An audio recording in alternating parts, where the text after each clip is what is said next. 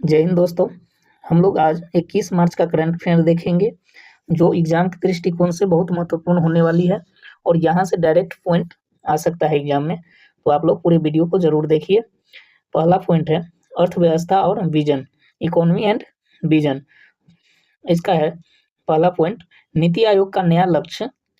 नीति आयोग का नया लक्ष्य भारत के खेल उपकरण स्पोर्ट इक्विपमेंट निर्यात को 2036 तक $8.1 बिलियन तक पहुंचाने का लक्ष्य रखा गया है। वर्तमान में यह $275 बिलियन है। $275 मिलियन वर्तमान में है अभी।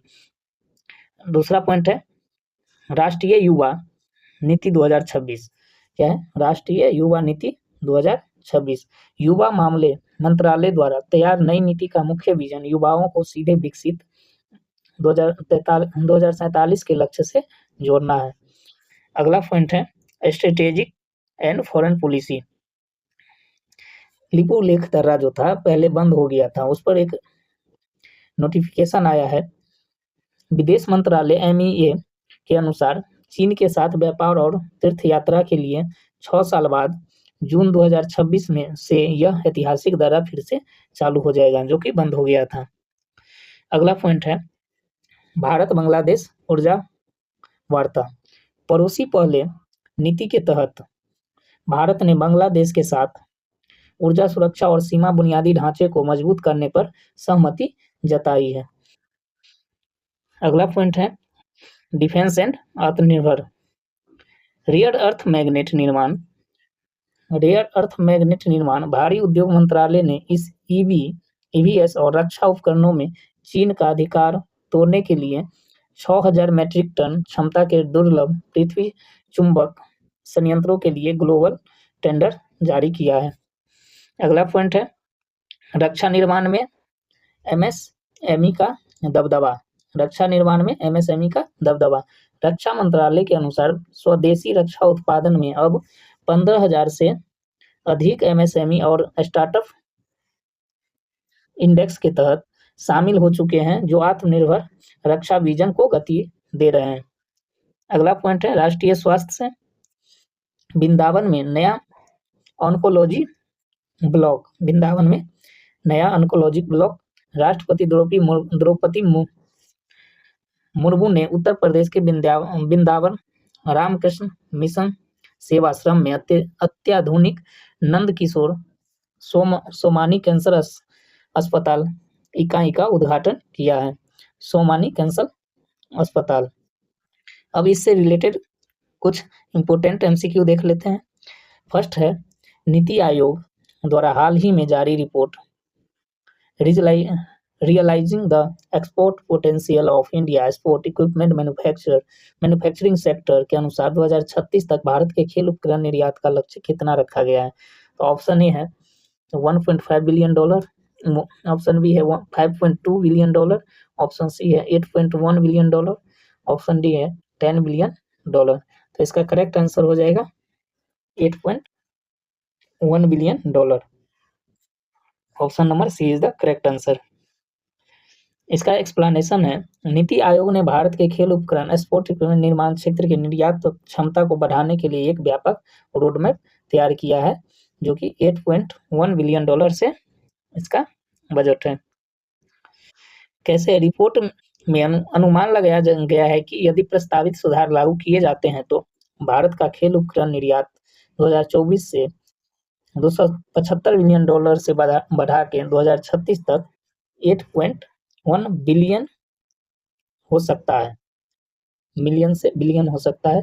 इससे वैश्विक निर्यात में भारत की हिस्सेदारी 0.5% से बढ़कर 11% हो जाएगी। भारत 2036 ओलंपिक खेलों की मेजबानी के लिए बोली लगाने की तैयारी कर रहा है। मेक इन इंडिया के तहत MSME को बढ़ावा देकर खेल क्षेत्र में चीनी की निर्भरता कम करना इसका मुख्य लक्ष्य है। इसका मुख्य लक्ष्य क्या है? चीन का निर्भरता को कम करना इसका मुख्य लक्ष्य है। दूसरा प्रश्न है युवा मामले और खेल मंत्रालय द्वारा प्रस्तावित राष्ट्रीय युवा नीति 2026 नेशनल यूथ पॉलिसी 2026 का मुख्य लक्ष्य भारत की युवा शक्ति को किस विजन के साथ जोड़ना है। तो ऑप्शन ए है डिजिटल इंडिया, ऑप्शन बी है विकसित भारत, ऑप्शन सी आत्मनिर्भर भारत, ऑप्शन डी है कौशल भारत। तो इसका करेक्ट आंसर हो जाएगा ऑप्शन नंबर बी, विकसित भारत। 20 मार्च 2026 को पीआईबी द्वारा जारी जानकारी के अनुसार प्रस्तावित नई राष्ट्रीय युवा नीति 2026 का खाका तैयार किया गया है। 20 मार्च पीआईबी ने जारी किया है रिपोर्ट। यह नीति युवाओं को केवल लाभार्थी बेनिफिशियरी के रूप में नहीं बल्कि विकसित भारत 2047 के विजन को पूरा करने वाला प्रमुख हितधारकों के रूप में देखती है। अगला पॉइंट है पिछली नीति 2014, पिछली जो नीति थी 2014, पिछली नीति 2014 को बदलते हुए नई नीति में डिजिटल साक्षरता, मानसिक स्वास्थ्य और उभरती प्रौद्योगिकियों एआईएमएल में युवाओं की भागीदारी पर विशेष जोर दिया गया है। अगला प्रश्न है विदेश मंत्रालय एमईए के अनुसार भारत जून 2026 में चीन के साथ व्यापार के लिए किस ऐतिहासिक दर्रे पास को 6 साल के अंतराल के बाद फिर से खोलने जा रहा है। तो इसका ऑप्शन है नाथुला दर्रा, ऑप्शन बी है शिवकिला, ऑप्शन सी है लिपुलेख दर्रा, ऑप्शन डी है जोजिला दर्रा। तो ये लिपुलेख दर्रा हो जाएगा जो कि उत्तराखंड में है। यह भारत ने उत्तराखंड में स्थित ऐतिहासिक लिपुलेख दर्रे को कहाँ है तो उत्तराखंड में है। ये दर्रा जून 2026 से चीन के साथ व्यापार और तीर्थ यात्रा के लिए फिर से खोलने का निर्णय लिया है। जून 2026 में खुलेगा। 2020 में सीमा विवाद कब बंद हुआ था? 2020 में सीमा विवाद और कोविड के कारण इसे बंद कर दिया गया था। कब बंद कर दिया गया था? 2020 में। बेहतर सड़क संपर्क और कूटनीतिक वार्ताओं के बाद इसे फिर से संचालित किया जाएगा जून में। लिपुलेख दर्रा भारत, चीन और नेपाल के ट्रांजैक्शन पर स्थित है और मानसरोवर यात्रा के लिए सबसे छोटा मार्ग है। इस इम्पोर्टेंट है, मानसरोवर यात्रा के लिए बहुत नजदीकी मार्ग है। लिपुलेख दर्रा कहाँ है?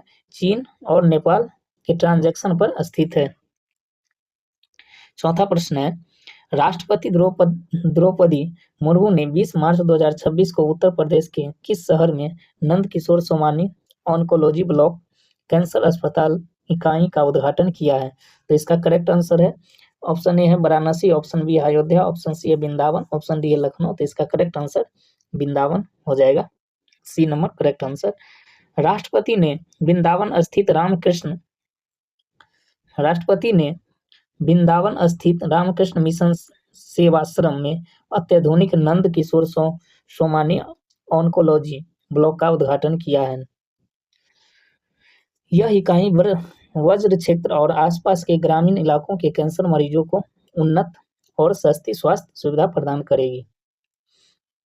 राष्ट्रपति 19 से 21 मार्च तक उत्तर प्रदेश के दौरे पर है, जिसके दौरान उन्होंने अयोध्या में रामलाल लला के दर्शन भी किए। 19 से 21 मार्च तक उत्तर प्रदेश में है। पांचवा क्वेश्चन है भारी उद्योग मंत्रालय मिनिस्ट्री ऑफ हेवी इंडस्ट्री ने किस योजना के तहत 6000 मेट्रिक टन क्षमता के रेयर अर्थ परमानेंट मैग्नेट निर्माण संयंत्र स्थापित करने के लिए बोलियां आमंत्रित की है? तो ऑप्शन ए है फेम 3 योजना, ऑप्शन बी है पीएलआई योजना समीकृत, ऑप्शन सी है संकलित दुर्लभ पृथ्वी चुंबक योजना, ऑप्शन डी है पीएम ईबस सेवा। तो इसका करेक्ट आंसर हो जाएगा संकलित दुर्लभ पृथ्वी चुंबक योजना, option number C is the correct answer. संकलित दुर्लभ पृथ्वी चुंबक योजना scheme for rare earth magnets. सरकार ने इन वाहनों ईवीएस पवन ऊर्जा और ईवीएस वाहन जो है पवन ऊर्जा और रक्षा उपकरण में उपयोग होने वाले दुर्लभ पृथ्वी चुंबक के उत्पादन में आत्मनिर्भर के लिए ग्लोबल टेंडर जारी किया गया है। वर्तमान में भारत इन चुंबकों के लिए चीन पर निर्भर है। वर्तमान में चुंबकों के लिए चीन पर निर्भर है। इस योजना का लक्ष्य भारत को वैश्विक आपूर्ति सप्लाई चेन का हिस्सा बनना है।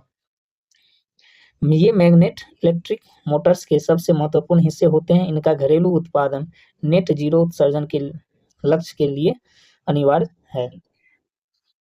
विदेश मंत्री एस जयशंकर ने 20 मार्च 2026 को नई दिल्ली में किस देश के उच्चायुक्त रियाज हमीदुल्लाह के साथ द्विपक्षीय संबंधों को आगे बढ़ाने पर चर्चा की है? ऑप्शन ए है मालदीव, ऑप्शन बी है श्रीलंका, ऑप्शन सी है बांग्लादेश, ऑप्शन डी है नेपाल। तो इसका करेक्ट आंसर हो जाएगा बांग्लादेश। किससे समझौता हुआ है? बांग्लादेश से। विदेश मंत्री ने बांग्लादेश के उच्चायुक्त के साथ ऊर्जा सुरक्षा और सीमा बुनियादी ढांचों के विकास पर विस्तृत बातचीत की है। अगला पॉइंट है, भारत ने हाल ही में पड़ोसी देशों बांग्लादेश, श्रीलंका, मालदीव को उनकी ऊर्जा जरूरतों, डीजल और बिजली को पूरा करने में निरंतर सहयोग का आश्वासन दिया है। पड़ोसी पहले नेबरहुड फर्स्ट नीति के तहत भारत दक्षिण एशिया में एक शुद्ध सुरक्षा प्रदाता है।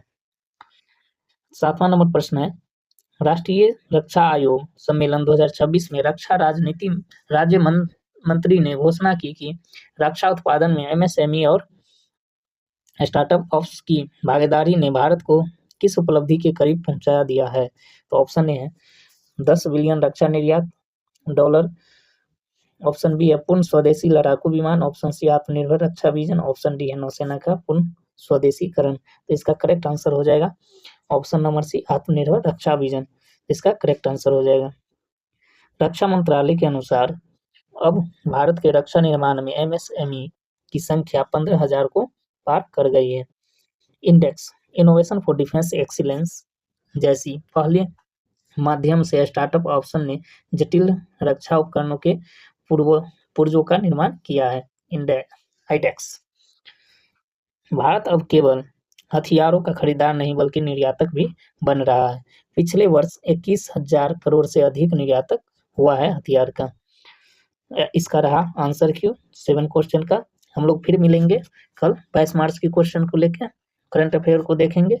आप लोग सेशन अच्छी लगे हो तो आप लोग चैनल को सब्सक्राइब कर लीजिएगा और बेल आइकन दबा दीजिएगा। Thank you for watching.